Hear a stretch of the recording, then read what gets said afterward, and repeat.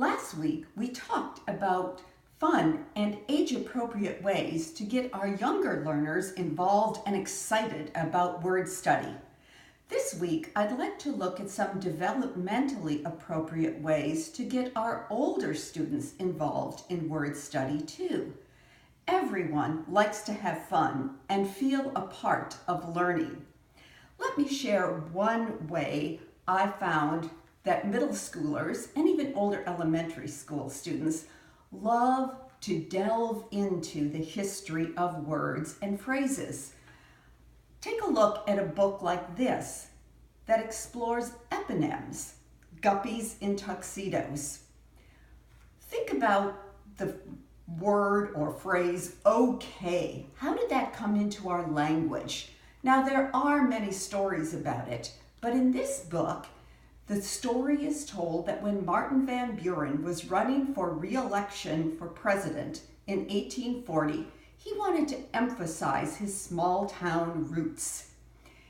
He began calling himself Old Kinderhook because he was from Kinderhook, New York. Soon this was shortened to the phrase, okay.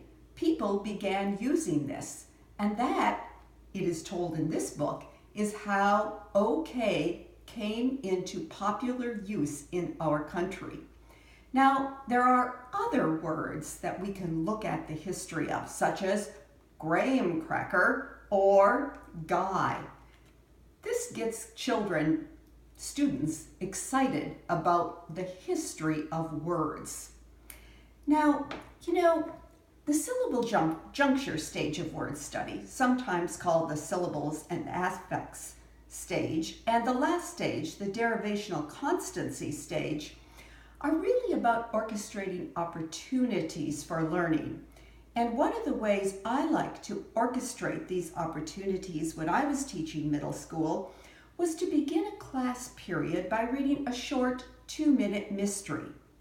And certainly our content area teachers in our class, like our math teachers or science teachers, can certainly make these kinds of brain teasers part of a lesson. This sets the stage for our students to become puzzle solvers. And that's a way to motivate them to look at both the spelling and phonics patterns in these final 2 stages of the word study continuum, and to be inquisitive about meaning, about delving into those Greek and Latin roots to see how our words are connected. And when they make those discoveries, I love to run around and put a light bulb over their heads.